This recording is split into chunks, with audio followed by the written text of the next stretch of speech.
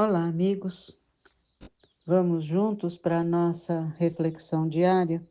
Eu trouxe para nós do livro Na Luz da Vitória, do José Carlos de Luca, um capítulo intitulado Conta Alta. Dentre os ângulos do perdão, um existe dos mais importantes que nos cabe salientar: os resultados dele sobre nós mesmos quando temos a felicidade de desculpar. Essa é uma frase do Emmanuel, ditada para o Chico Xavier. Grande dificuldade que temos de perdoar talvez decorra da ideia de que o perdão implica nossa concordância com o mal que nos fizeram. Daí porque o nosso coração machucado se recusa a perdoar a quem o feriu. Ele não aceita e, portanto, não concorda com a agressão, seja física ou moral. Mas essa ideia nada tem a ver com o perdão. Perdoar não é avalizar a atitude de quem nos feriu. Não é dizer, tudo bem, você estava certo ao me agredir, me violentar, me ferir, me ofender. Temos o direito de nos sentir mal diante do mal que nos fizeram, embora essa sensação precise ser diluída com o passar do tempo, com as águas do perdão.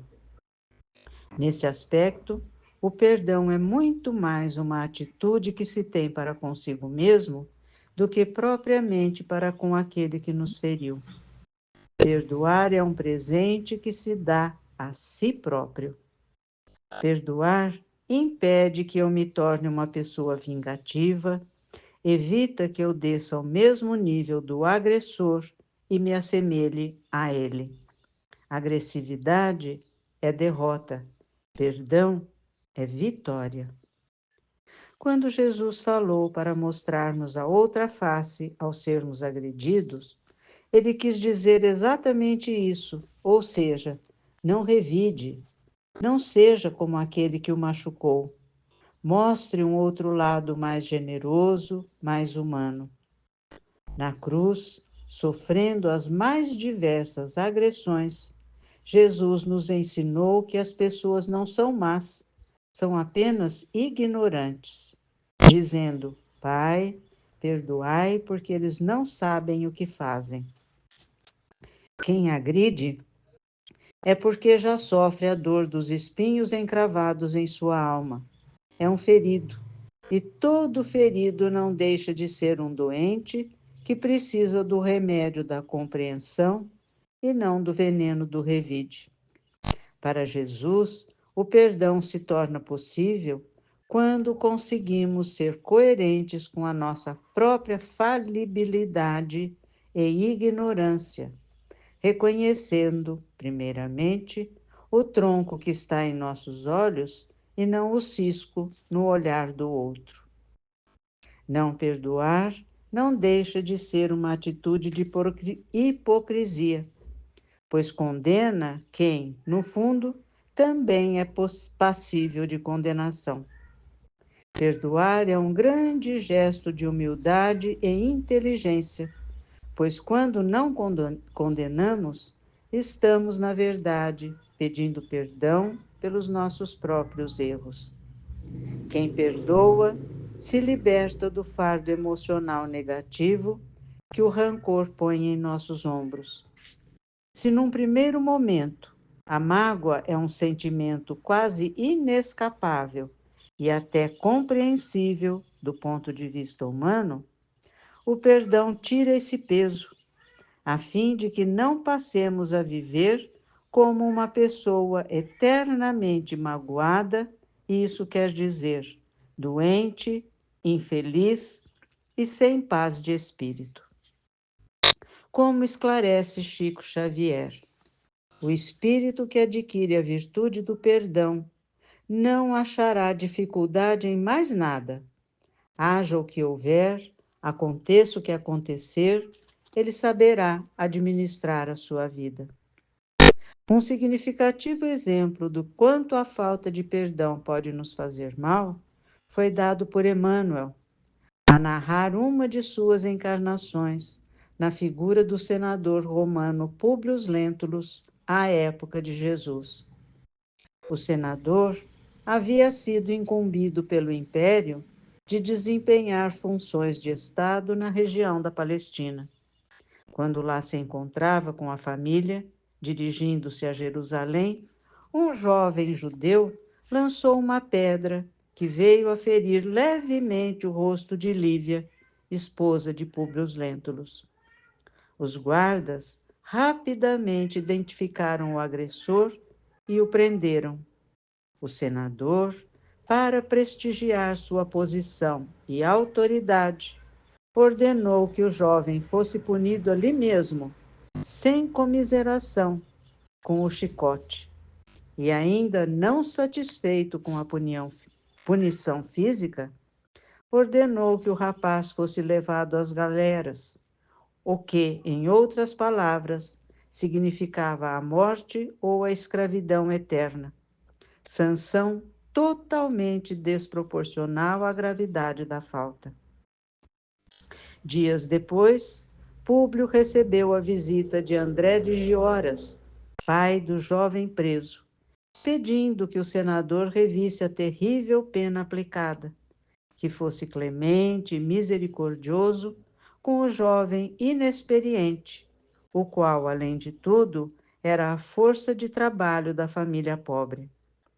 O senador, orgulhoso, no entanto, querendo fazer prevalecer a autoridade da sua posição, manteve a pena aplicada e, na frente do pai, taxou o rapaz de inútil e vagabundo. É fácil imaginar o ódio que tomou conta de André de Gioras. Sem medo algum, afirmou ao senador que, com a dureza de seu coração, ele havia comprado um inimigo eterno e implacável. E a vingança não tardou. Tempos depois, André tramou o rapto do filho mais jovem do senador. Durante muitos anos, Públio Lentulus procurou o filho em vão. Só o encontrou em circunstâncias trágicas. O senador acabou sendo preso numa emboscada, promovida por judeus revoltados com o domínio romano. André de Gioras era o chefe do grupo, e para completar a sua vingança, determinou que o senador fosse ferido nos olhos com 2 ferros em brasa ardente. E quem executaria a pena seria o filho raptado, que se tornara antes escravo de André, e naquele momento já era um homem esquecido de que o senador era seu pai.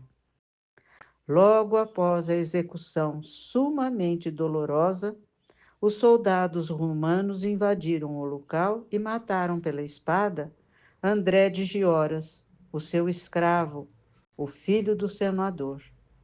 Uma tragédia que o perdão poderia ter evitado.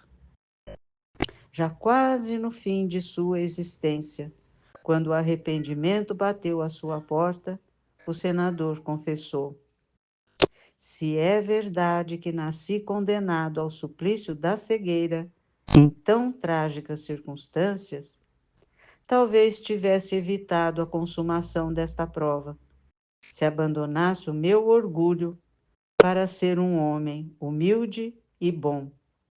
Um gesto de generosidade de minha parte teria modificado as íntimas disposições de André de Gioras.